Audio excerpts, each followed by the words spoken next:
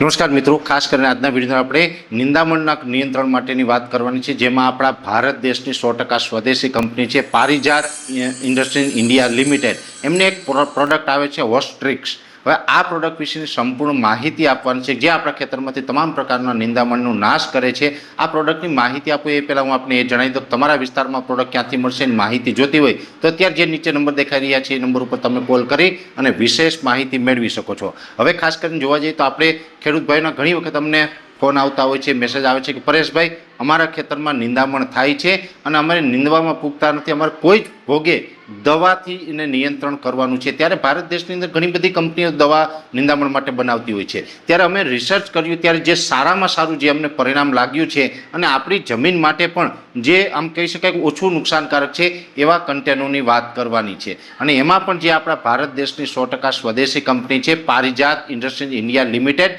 જેની વોસ્ટ્રિક્સ નામથી એક પ્રોડક્ટ આવે છે, જેની અંદર મેટામિફોપ, ઇમિઝાથાપાયર અને ઇમિઝામોક્સ નામના 3 કન્ટેન આવે છે, જે પેટેન્ટેડ છે, જે અન્ય કંપનીની અંદર તમને નહીં જોવા મળે. માત્ર આ પારિજાત છે એક જ કંપની આ બનાવી રહી છે ને એ વોસ્ટ્રિક્સ નામથી આવી રહ્યું છે. વોસ્ટ્રિક્સ છે એ દરેક પેકિંગની અંદર અવેલેબલ છે. એનું પ્રમાણ હોય છે એક પંપની અંદર 40 ml અને 1 એકરની અંદર 400 ml જવું જોઈએ. એટલે 1 એકરની અંદર 400 ml અને 1 પંપની અંદર 40 ml આ રીતે જો છંટકાવ કરવામાં આવે તો નિંદામણની અંદર સારું પરિણામ મળે છે. પહેલાં તો વાત આપણે સમજવાની છે કયા પાકમાં.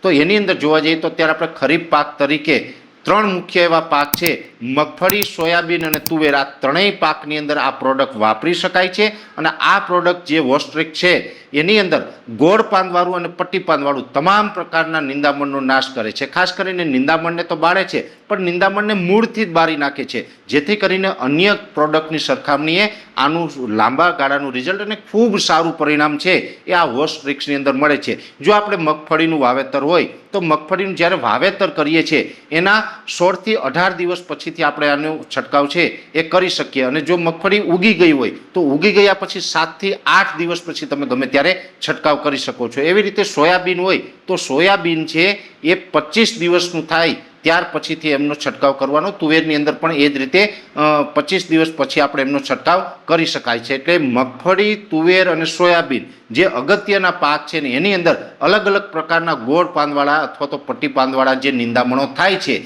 આ નિંદામણનું જો સચોટ નિયંત્રણ લેવું હોય તો પારિજાતનું જે વોસ્ટ્રિક્સ આવે છે એ એક પંપની અંદર 40 ml નાખીને છંટકાવ કરવાથી ખૂબ સારું પરિણામ મળે છે. ખાસ કરીને અમે અલગ અલગ રીતે ફિલ્ડ ઉપર પણ આના અલગ અલગ પરિણામો લીધા છે, જેથી કરીને અમને આની અંદર પરિણામ સારું લાગ્યું છે. જેથી કરીને અમે આપની ભલામણ કરીએ છીએ મગફળી, તુવેર અને જે સોયાબીન આ 3 પાક ઉપર જ્યારે આપણે છાંટીએ છીએ તો આ 3 પાકને બાદ કરતાં કોઈ જ પ્રકારનું બીજું પણ નિંદામણ હશે એ તમામ નિંદામણનો આ એક જ દવાથી આપણે નાશ કરી શકીએ છીએ. અને બીજા નંબરની અંદર અન્ય જે કેમિકલો આવે છે, જે અન્ય કેમિકલોમાં ઘણી વખત આપણી જમીન પણ અતિ ખરાબ કરતું હોય છે, પણ એની દ્રષ્ટિએ જોવા જઈએ તો આની અંદર અન્ય કેમિકલની દ્રષ્ટિએ આપણા માટે ફાયદાવાળું છે અને સસ્તો અને સારો ઈલાજ છે, લાંબા ગાળાનું પરિણામ આપતી આ પ્રોડક્ટ છે.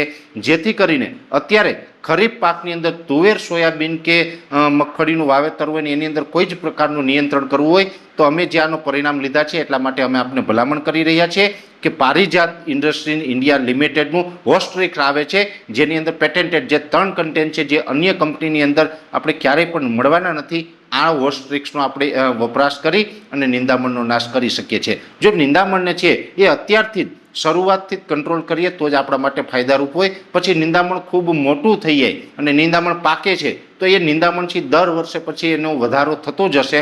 એટલે શરૂઆતમાં જ્યારે નિંદામણની શરૂઆત હોય ત્યારથી જ આ રીતે આપણે નિંદામણનો વપરાશ કરી અને નિંદામણને કંટ્રોલ કરવું જોઈએ. ખાસ કરીને અન્ય પ્રોડક્ટ કરતાં આની ભલામણ જે છે એની પાછળનું પણ કારણ છે, અત્યારે એક તો મજૂર મળતા નથી, મળે છે તો પણ એ યોગ્ય રીતે જો છંટકાવ ન કર્યો હોય તો પછી આપણે એનું પરિણામ નથી મળતું. અને બીજા નંબરની અંદર મજૂર નીંદવાની વાત આવે તો નીંદવાની અંદર પણ જોવા જઈએ તો લગભગ મજૂરનો પ્રોબ્લેમ હોય જ છે. અને દરેક ખેડૂત ભાઈઓ છે એના તરફથી એક જ ડિમાન્ડ અમારી પાસે આવતી હતી, પરેશભાઈ તમે બરાબર છે કે તમે નિંદવાનું કહો છો, દવાનું ના પાડતા હોય, પણ અમારે આ પ્રોબ્લેમ છે એટલે ખાસ અમારા માટે જમીન માટે પણ સારું, અમારા સ્વાસ્થ્યને પણ બહુ હાનિકારક ન હોય અને નિંદામણનો સચોટ રીતે સારું પરિણામ આપતી પ્રોડક્ટની ભલામણ કરો.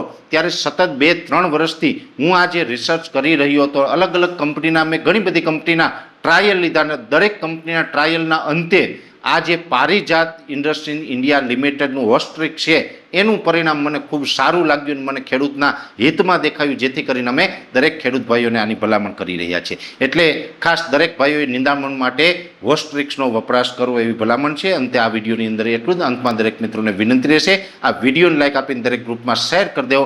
જો તમે અમને યુટ્યુબ ઉપર જોઈ રહ્યા હોય તો ચેનલને સબસ્ક્રાઈબ કરજો, સાથે ફેસબુક તથા ઇન્સ્ટાગ્રામ આઈડીને ફોલો કરજો. નમસ્કાર.